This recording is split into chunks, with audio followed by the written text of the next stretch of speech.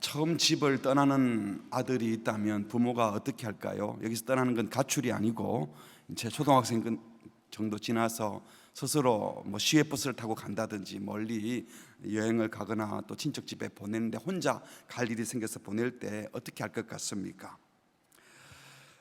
잘 다녀와, 알아서 다녀와 이러고 끝내겠어요?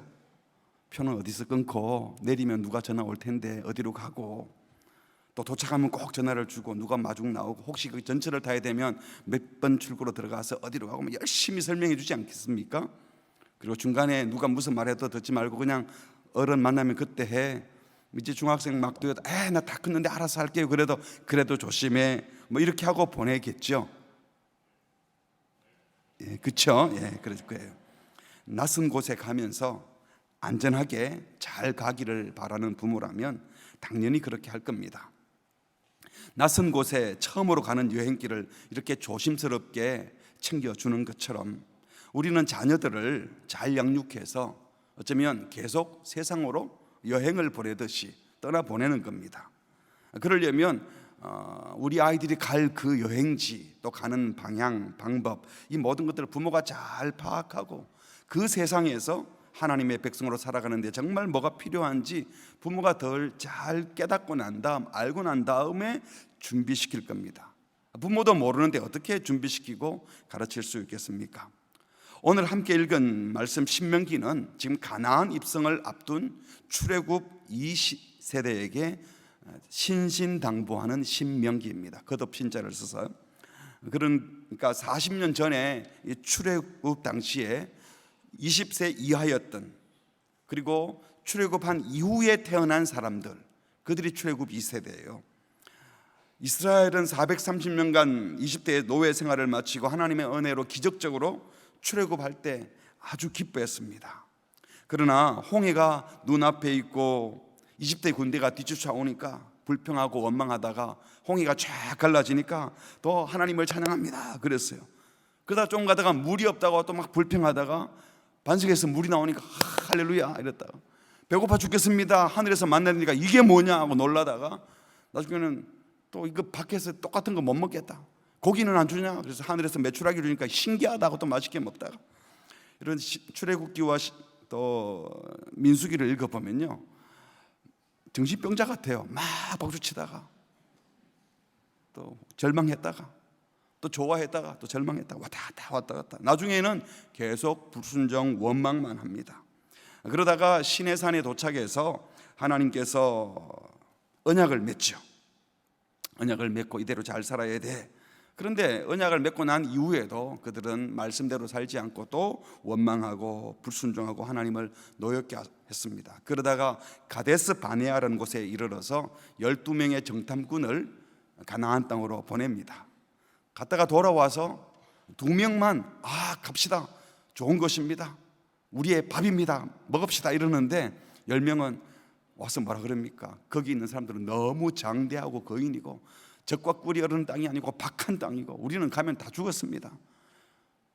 우리가 보니까 저 사람들이 볼 때 우리는 메뚜기처럼 보일 겁니다 이러는 거예요. 근데 10명이 그런 말을 하니까 온 백성들이 듣고 자기 문 밖에 나와서 다 울었다 그랬어요.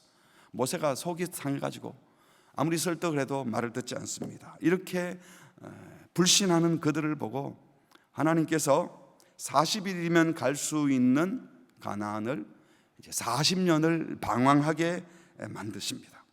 그래서 이 방황 기간이 거의 끝난 39년쯤 지난 이제 요단강만 건면 가나안 땅에 들어가게는 그 시점에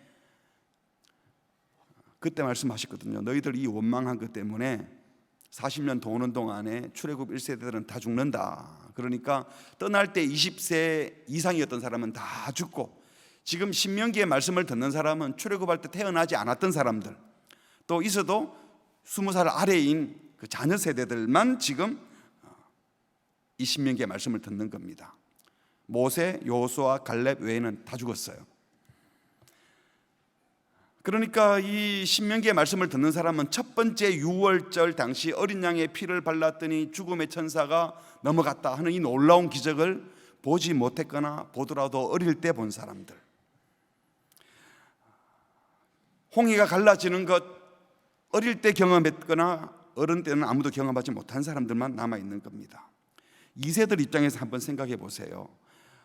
처음에는 아침에 만나가 이슬처럼 내려 있을 때 너무 기가 막혀 놀라가지고 이게 뭐냐 하고 만나라고 불렀지만, 나면서부터 아침에 맨날 만나를 주워 먹었던 사람 입장에서 이게 뭐냐, 이름은 만나인데 뭐 이게 뭐야, 이게 만나지.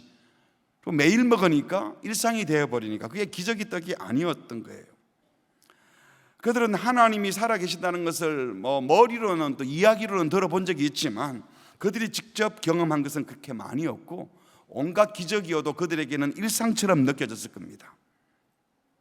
그런데 이제 모세 자신은 죽음을 앞두고 있고, 자신의 후계자 여호수아와 출애굽 역사를 다 보지 못한 출애굽 2세들만, 그리고 하나님 베풀어 주신 기적도 일상처럼만 생각하고 이게 기적인지 하나님의 은혜인지도 모르는 그런 사람들이 약속의 땅 가나안 땅에 들어가야 합니다. 모세의 마음이 어떨까요?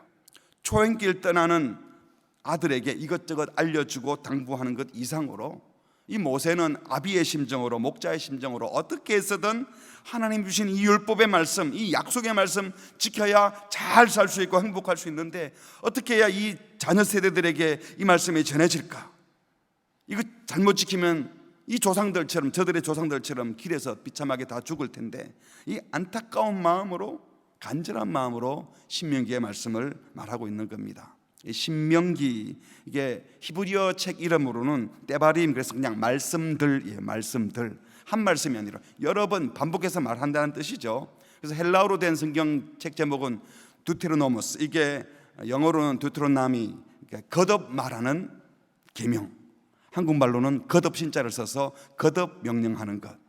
처음 말씀드린 신신당부하는 말씀, 그게 신명기입니다. 신명기를 읽어보면 기억하라, 기억하라, 기억하라 이 말이 자주 나와요. 이거 잊어먹으면 안 돼, 이거 꼭 기억해야 돼.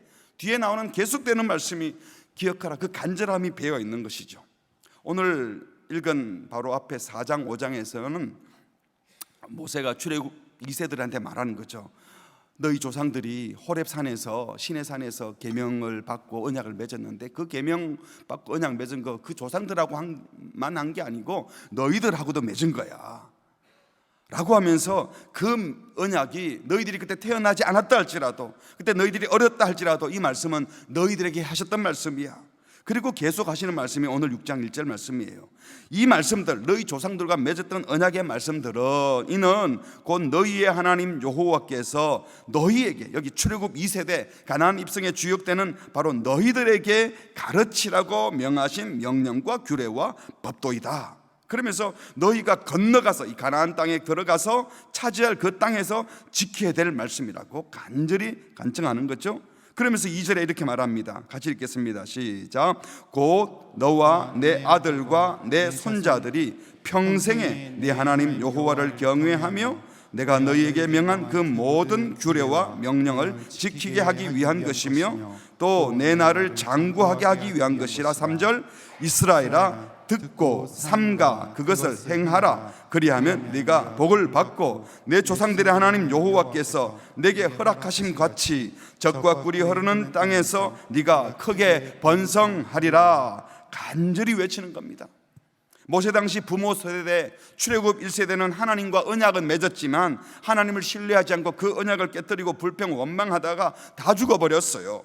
지금 모세의 얼굴을 대면하고 있는 이제 40세 이하죠. 그 자녀 세대들을 보면서 너희는 너희 부모 세대처럼 광야에서 안 죽었으면 좋겠다, 이 마음으로 권면하는 겁니다. 오늘 여기 계신 우리 부모 세대, 우리 어른들은 이 자녀들을 대하면서 그런 간절함이 있습니까?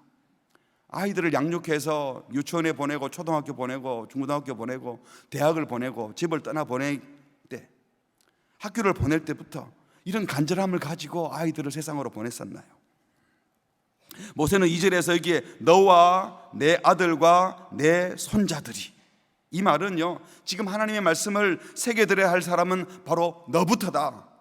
그리고 네 아들, 내 손자들에게도 이 말씀을 전해줘야 한다, 이 말이에요. 동시에 이 말씀은요 자녀들에게 하는 말이기도 하지만 아버지 어머니인 우리들에게 하는 말씀이고 할아버지 할머니에게도 하시는 말씀이에요. 자녀와 손자들에게 계속 이 신앙이 개성되어야 한다는 겁니다. 이 말은 또 지금은 나는 어린데요, 너도 나중에 커서 어른이 되면 자녀에게 해야 되고, 장차 아버지 될 사람, 또 장차 할아버지 할머니 될 사람들에게 이 신앙이 계속 전수되도록 하라는 말씀도 포함하는 것이죠.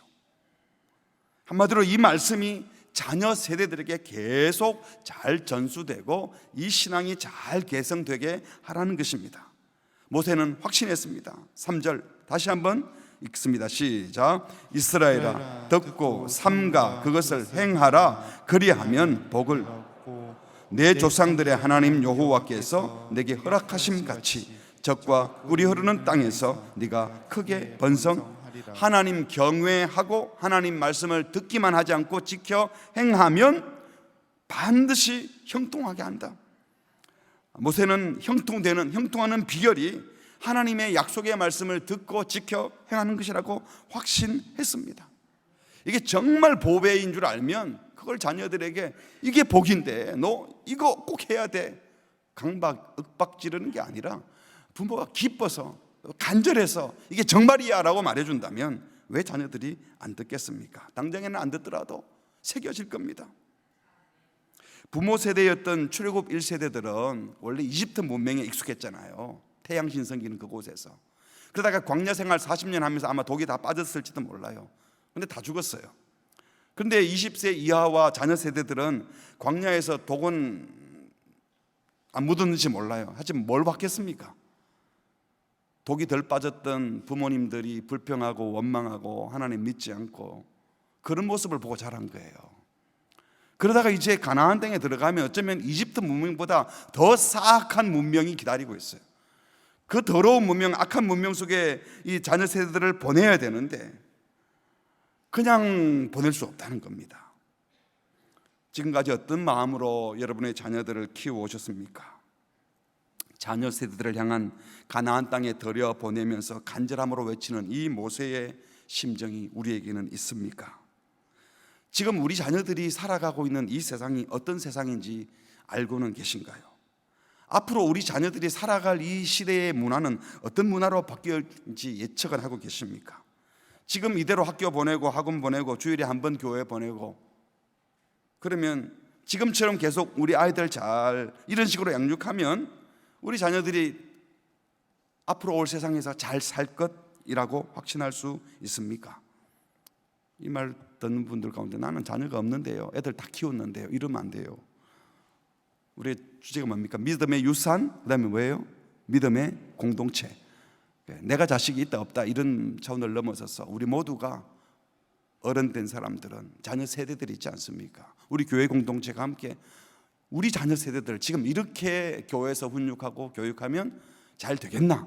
이러면 충분한가? 우리가 질문을 던져야 한다는 겁니다. 지금 우리 자녀들이 다니는 학교에서 인간을 하나님의 형상대로 지음받은 존귀한 피조물이라고 가르치지 않습니다. 인간의 존엄성 이런 얘기는 하지만 왜 존엄하냐? 생각하니까, 말하니까 뭐 이런 얘기에 그냥 직립인간 이렇게 가르치잖아요. 이 세상의 모든 피조물들도 자연도 진화의 산물이라고 그냥 가르칩니다. 창조론 그 종교인들이 하는 얘기야 이렇게 가르쳐요.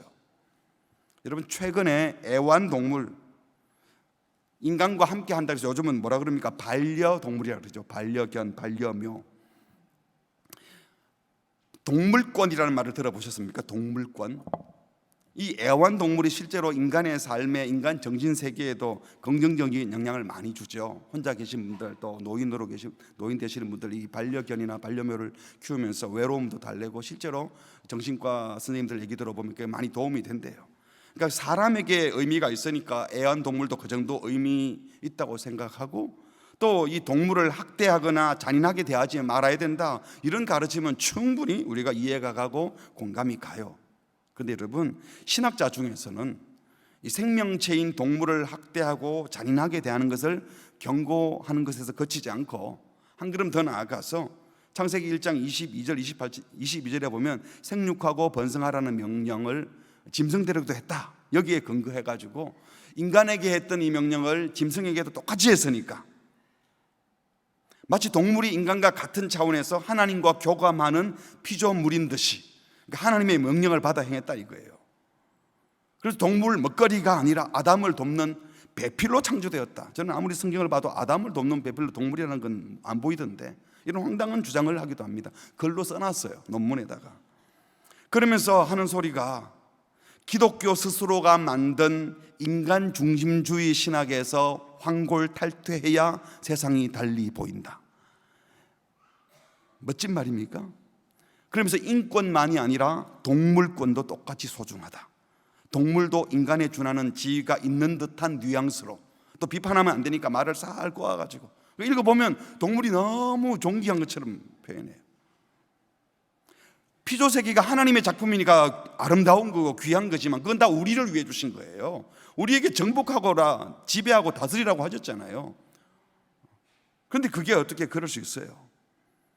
그러다 보니까 하나님의 창조시 남자와 여자로 만드셨다는 것에 집중 안 하고 이제는 인간 스스로가 성을 결정하고 남성, 여성 외에 다른 성을 스스로 결정하게 하는 것이 그 사람의 인권을 존중하는 것처럼 말하잖아요. 지금 세상이 이런 걸 알고 계시죠? 지금 다 그렇게, 서구에는 이미 다 그렇게 하고, 심지어 미국에는 많은 신학교 또 교단에서 동성 커플의 결혼 조례 안 해주면 목사가 파문당합니다. 개신교도 지금 수두룩합니다. 우리나라 뉴스에도 최근에 레즈비언 커플 중 한 여자가 다른 남자의, 모르는 남자의 정자를 무작위로 기증받아서 속에서 임신을 해가지고 나도 엄마다, 누가 더럽다 그러니까 나도 똑같은 엄마야. 그래서 여기에 비난하면 아주 무식한 사람들이고, 이런 사람을 스스럼 없이 받아들이고 편안하게 이런 상황을 받아들여야 아주 깨어있는 인권을 존중하는 사람인 듯한 분위기를 지금 세상이 만들어가고 있어요. 사랑하는 성도 여러분, 하나님은 분명히 남자와 여자를 하나님의 형상으로 만드셨습니다. 너무나 단순한 사실인데 남자와 여자를 하나님의 형상으로 만드셨습니다. 생육하고 번성하라, 이 말, 긴 말 필요 없어요. 어떻게 생육합니까? 남자와 여자가 결혼하여 생명을 잉태하여 번성하는 것, 이거 하나님의 창조 명령이에요. 남자와 여자가 가정을 이루고 결혼한 남녀 부부가 자녀를 출산하고 양육하는 것, 이건 너무나 당연한 거예요. 그러니까 남자와 여자가 결혼하는 것은 이 창조 명령에 순종하는 분명한 믿음의 행위이고 당연히 그렇게 해야 되는 겁니다. 그런데 지금 세상은요, 이 아주 기본적인 것을 무시하거나 또는 거부하면서 자기들 마음대로 만들어내고 조작하고 창조주의 자리에 자기들이 가버립니다. 그리고 인권이라고 그럽니다. 또 한쪽에서는 동물권 얘기하고 세상이 미쳐가는 거예요. 요즘 세대의 많은 젊은이들이 결혼, 출산을 두려워해요. 뉴스 같은 데나 신문에도 보면 그 이유가 대부분이 다 돈 때문이에요. 돈 벌기 바빠서, 결혼하면 돈이 많이 들어서, 애 키우려면 돈이 많이 들어서, 비용이 많이 들어서 감당할 수 없다. 그리고 자녀 양육을 그런 식으로 하다 보면 내 생활 다 없어진다. 그러니까 이기심과 돈에 대한 욕망, 편리하고 싶은 이것이 안 되기 때문에 결혼할 수 없다. 이런 논조고, 정부가 이것을 출산 너무 안 하니까 우리나라 지금 0몇 명이에요. 0.7명인가 0.8명인가 이러다가는 이제 큰일 나죠. 그런데 국가가 걱정하는 것도 생산 인구가 줄까 봐 걱정합니다. 다른 걱정이 아니고 돈벌이 안 될까 봐, 같이 살아가지 못할까 봐. 그리고 정부가 내놓은 정책도 뭡니까? 재정 지원을 어떻게 해주나. 그러니까 머릿속에 계속 돈 대주면 되는 거예요. 여러분, 돈 대주면 다 결혼할 것 같아요. 지금 이 분위기 속에서 세상이 완전히 정신줄을 놓고 있고 미쳐가는 세상입니다. 이런 세상에서 우리 자녀들이 뭐가 옳은지 뭐가 그른지, 인간이 뭐고 하나님은 누구시고 결혼이 뭐고 가정이 뭔지, 어떤 삶이 진짜 복된 삶인지, 누가 뭐라 그래도 난 이런 삶을 살 거야 라고 당당하게 자기의 생각을 피력할 수 있도록 준비가 되어 있는지, 또 우리는 그렇게 가르치고 있는지 진지하게 물어봐야 하는 겁니다. 많은 크리스찬 부모님들이, 저도 주변에 보면 아이들이 어릴 때는 전부 다 신앙으로 키워야죠, 신앙교육이 중요하죠, 다 그래요.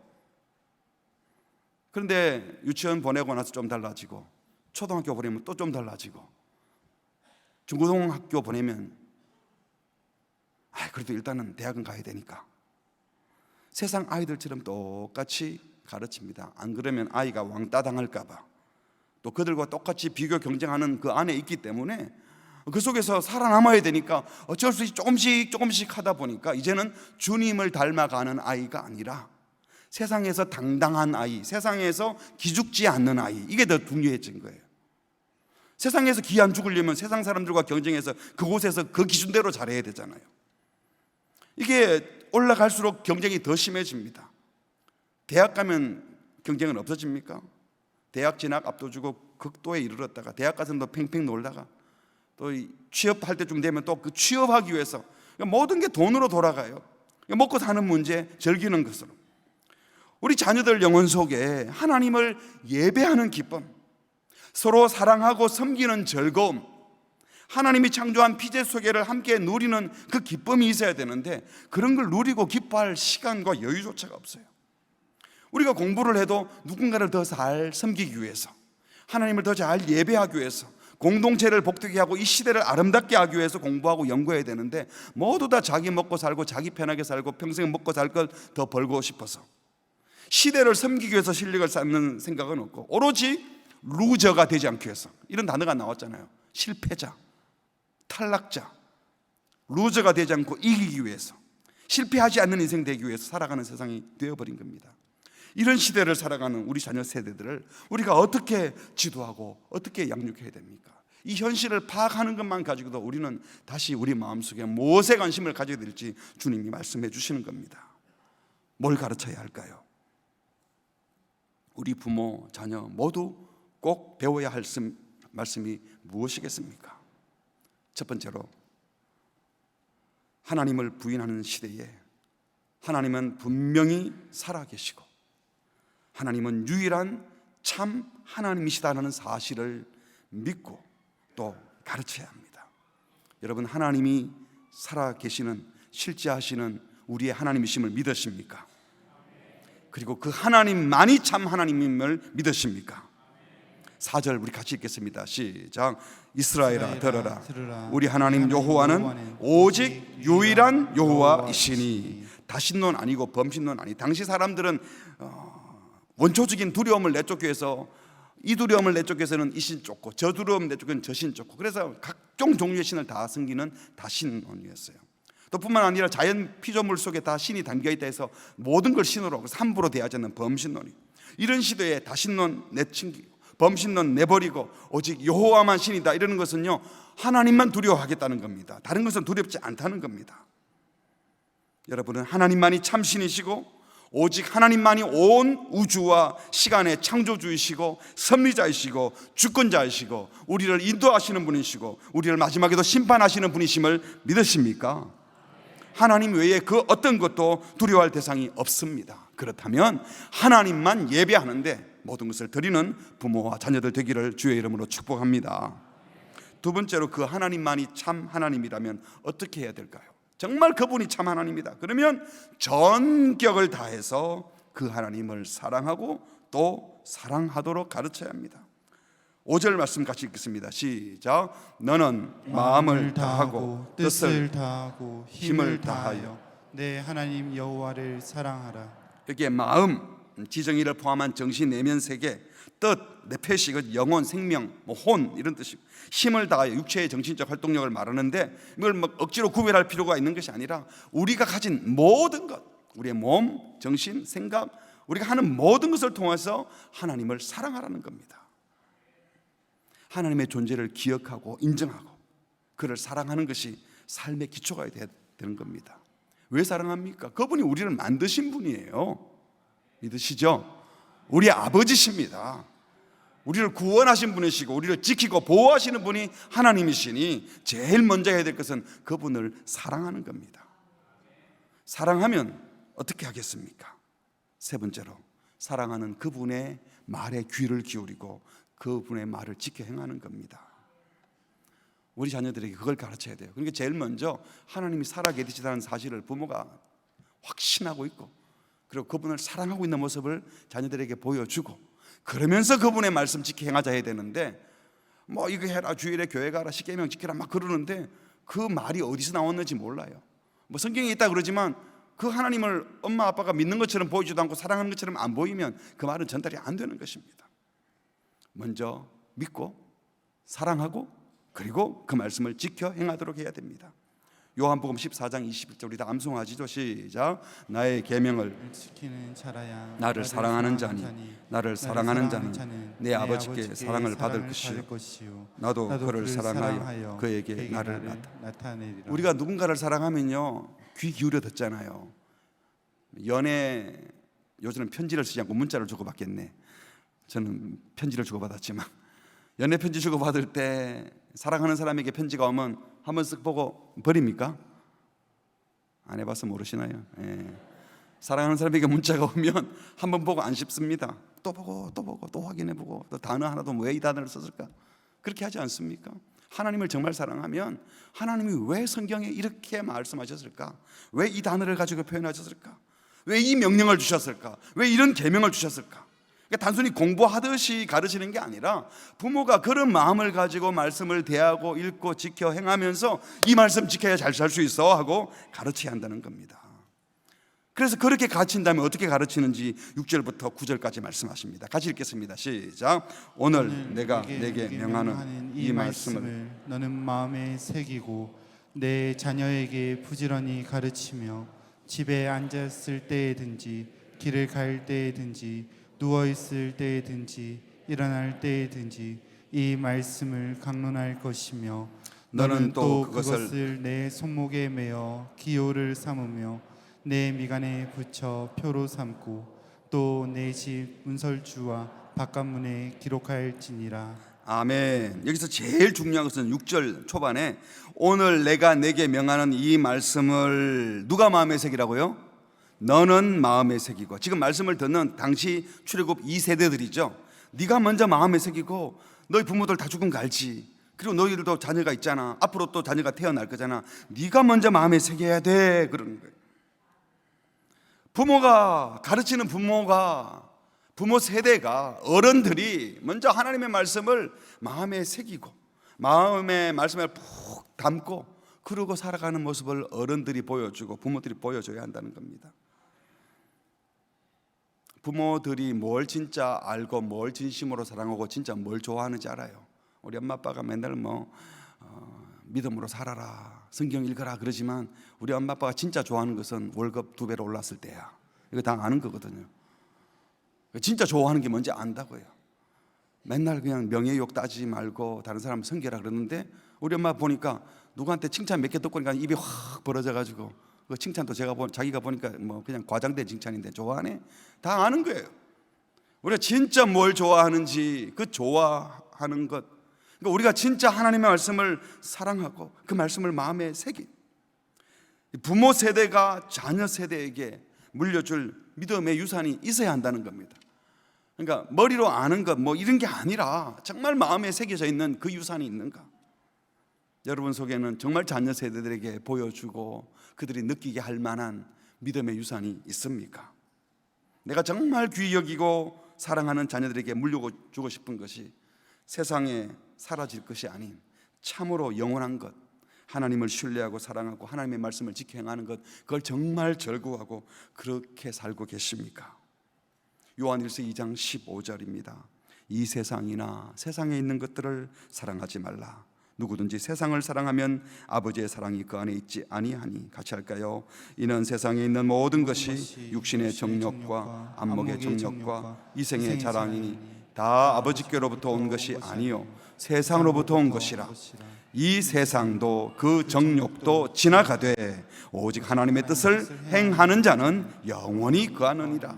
진실로 이 말씀대로 우리가 육체적인 욕망, 눈에 보이는 것들, 사람들에게 인정받는 이생의 자랑, 이거 다 헛것인 줄 알고 그것에 마음 주지 않고 정말 하나님의 말씀 뜻대로 행하는 것이 영원한 것인 줄 알아서 하나님 사랑하고 이웃 사랑하고 진실되게 살아가고 욕먹어도 거룩하게 살아가려는 그 진정성이 우리 속에, 우리 마음속에 믿음으로 내재해 있으면 이게 유산인 거예요.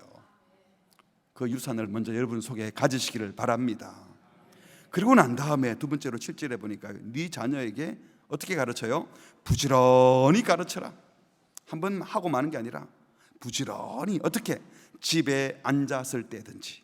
그러니까 언제든지 가르치란 말을 그렇게 하는 게 집에 앉았을 때든지. 집에서 가정에서 음식을 하고 식사하고 청소하고 집안에 있을 때 서로 대화하고 교제할 때, 또 길을 갈 때, 여행 중에 집 밖에 나갔을 때 모든 기회가 말씀을 가르칠 기회가 될 수 있다는 거죠.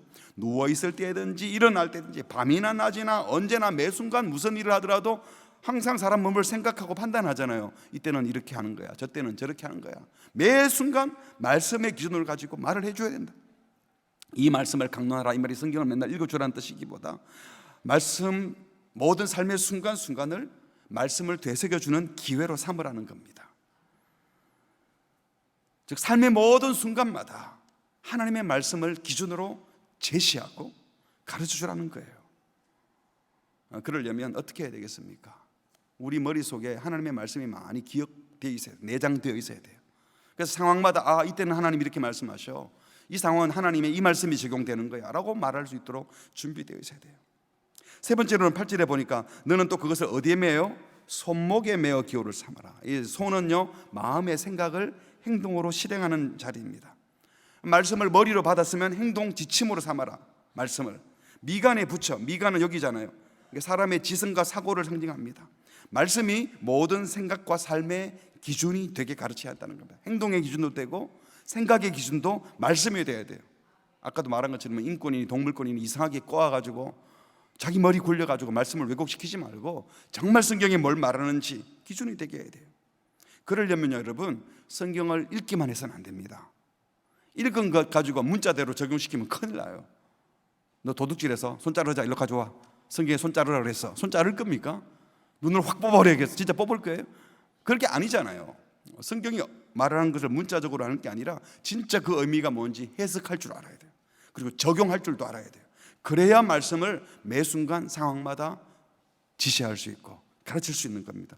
아빠 왜 이렇게 해야 돼요? 성경에 이렇게 말했거든. 이 말씀은 이런 뜻이야. 그러니까 이렇게 해야 되는 거야 라고 말씀으로 말해야 돼요. 이걸 목사들만 하는 게 아니라 모든 어른 세대가 그렇게 해야 자녀들을 양육할 수 있는 겁니다. 네 번째로는 9절입니다. 같이 읽을까요? 시작. 또 내 집 문설주와 바깥 문에 기록할지니라. 문에 있는 것은 그 가정, 하나님의 말씀이 그 가정을 온전히 주관하게 하라는 겁니다. 이스라엘 나라에 가보면 지금도 여관이나 이런 데, 어떨 때는 호텔 같은 데도 문 앞에, 객실 앞에 이렇게 요만한 경갑이 붙어 있어요. 저게 뭔가 그랬더니 그게 이거예요. 경갑을 붙여놓고 말씀이 그 안에 신명기 6장이 새겨져 있는 말씀이 그 속에 다 꽂혀 있는 겁니다. 말씀은 안 보이지만 그런 뭘 하나 붙여놓으면 실제로 있는지 없는지는 모르겠어요. 그걸 보면 저 속에 하나님만 사랑하라, 하나님 말씀을 지켜 행하라, 자손들에게 계속 전수해주라, 이 말씀이 있는 걸 그들은 알거든요. 여러분들 집에 다 교패 붙어 있죠? 신부산 교회 없어요? 없는 분은 다 가서 나중에 받아가서 붙이세요. 붙여놓고 집에 드나들 때마다 나는 신부산 교회 성도야, 나는 교인이야. 안 믿는 사람들도 우리 집을 보고 교인인 줄 알고 있어. 드나들 때마다 말씀이 우리를 주관하게 하는 겁니다. 아이들이 들어오면서 신부산 교회 적혀 있었는데 엄마 아빠가 하는 얘기는 교인과 다른 모습을 하면 엄마 교회 나가는데 왜 그래? 라는 말을 들으라는 겁니다. 반대로 야, 우리 집은 역시 달라, 다른 뭔가 있어 라고 느끼게 하라는 겁니다. 여러분의 자녀들은 가정에서 우리 가정은 다른 가정과는 다르다고 알고 있고 느끼고 있습니까? 좀 말이 안 되는지 모르겠지만 우리 교회는 세상에서 살다가 교회에 들어와 보면 야, 세상하고는 다르네. 여기는 경쟁 안 하네. 여기는 어른들이 꼰대 짓을 안 하네. 여기는 우리 말을 다 들어주네. 우리를 귀히 여겨주네. 그런가요? 그런 면도 많이 있겠지만 혹시 그렇지 못한 면이 있다면 이곳이 우리 교회 공동체의 모습이 말씀을 전수해주는 공동체가 되기를 바랍니다. 말씀을 맺겠습니다. 자녀들을 세상으로 보내는 부모 여러분, 또 어른 세대 여러분, 가나안에 들어갈 출애굽 2세를 향한 모세와 같은 그 간절함을 우리 모두에게 주시기를 바랍니다. 이게 제일 먼저 중요해요. 간절함이 있어야 돼요. 이 세상이 어떤지 자꾸 보고 신문도 한 번씩 보면서 아유 이놈의 세상, 그럴 게 아니라 이 세상에 우리 아이들을 이렇게 보내면 되겠나 물어보고 간절히 기도하라는 겁니다. 두 번째로, 그렇다면 보낼 준비를 해야 됩니다. 세상을 제대로 파악하고 그 세상에서 우리 자녀들이 천국 백성으로 예수님의 제자로 살도록 준비시켜야 한다는 겁니다. 아직 부족하다면 그 열망은 있습니까? 우리 자녀들을 세상에 보낼 수 있도록 잘 준비하는 부모가 됩시다. 우리 자녀 세대들은 세상에서 친구들과 경쟁해서 이기는 자 되게 하지 말고, 아이들이 시험 쳐서 오면 95점 받았어요. 아우 잘했네. 거기까지 끝내세요. 100점 몇 명인데 이러면 남보다 잘해야 되구나. 100점이요. 100점 몇 명인데 또 물어보죠. 다 100점 받았어. 그럼 아무것도 아니네. 여기서 다 이제 깨지는 겁니다. 말만 하면 경쟁하지 말라고. 결국은 우리 엄마는 1등 하기를 원하는구나. 하나님의 자녀로, 섬기는 자녀로, 그래서 실력을 쌓도록 결단하고 양육할 수 있기를 바랍니다. 마지막 세 번째로 같이 할까요? 시작. 창조주 하나님을 믿고 사랑하고 사랑하는 하나님의 말씀을 지켜 행하며 세대에서 세대로 이 신앙이 흘러가게 합시다. 하나님의 존재를 믿고, 그분이 누군지 믿고, 그리고 사랑하고, 사랑하니 그 말씀을 지켜 할 때, 그리고 세대에서 세대로 그 사랑이, 은혜가 흘러가게 되는 것입니다. 우리 모두 신앙을 잘 전수하는 주역들이 되시기를, 우리 자녀들은 하나님의 말씀을 잘 전수받아 이 험난한 세상에 물들지 아니하고 멋지게 살아내시기를 주의 이름으로 축복합니다. 우리 옆 사람 자녀들이 앉아 있으면 축복한다고 하나님의 이름으로 축복합니다. 주님의 이름으로 축복합니다. 축복합니다. 축복합니다. 축복합니다. 축복합니다. 우리 함께 찬양하겠습니다. 예수 그리스도 뭘 전수합니까? 청량 못할 사랑, 셀 수 없는 은혜, 조건 없는 은혜, 변치 않는 사랑. 결국 이 복음을, 이 사랑을 전수해야 됩니다.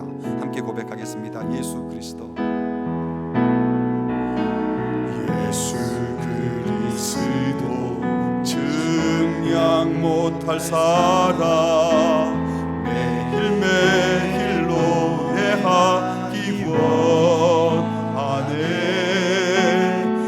예수 그리스도 셀 수 없는 은혜, 매일매일 자랑하기 원하네. 다시 한번. 예수 그리스도, 예수 그리스도 청량 못할 사랑, 매일매일 노래하기 원하네. 예수 그리스도, 예수 그리스도 셀 수 없는 은혜, 매일매일 자랑하기 원하네. 세대에서 세대에게 전하리라. 세대에서 세대에게 전하리. 변치 않는 사랑, 조건 없는 은혜 전하리라. 사랑이 흘러가네. 다시 한번. 예수 그리스도, 청량 못할 사랑, 매일매일 노래하기 원하네.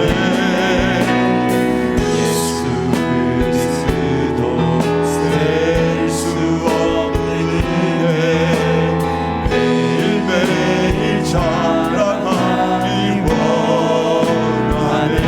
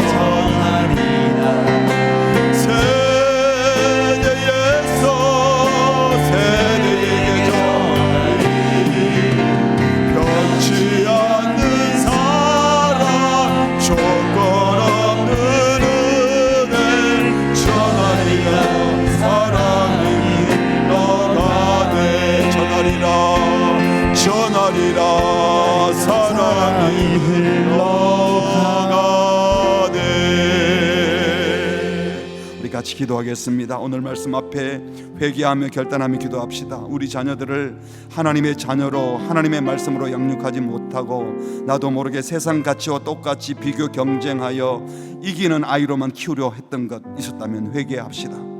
창조 질서를 거부하는 세상, 음란하고 부정하고 악한 질서가 가득 찬 세상을 제대로 알지 못하고 너무 안일하게 세상 교육만 열심히 시키고 성적만 잘 받아오면 되는 것처럼 했던 것, 말씀 먹이는 일에 소홀히 하였던 것 회개합시다. 자녀 세대들이 예배드리는 기쁨, 섬기는 기쁨, 기도하고 헌신하는 기쁨을 알도록 우리 부모 세대들이 보여주게 해달라고 기도합시다.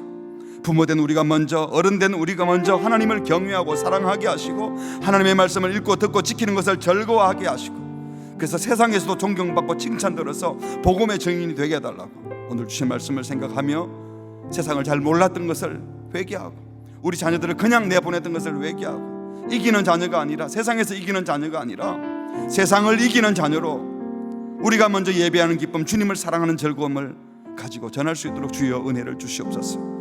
여러분의 자녀들을 생각하며 또 우리 다음 세대들을 생각하며 다 함께 합심으로 기도하시겠습니다. 하나님 아버지, 우리를 말씀 주셔서 감사합니다.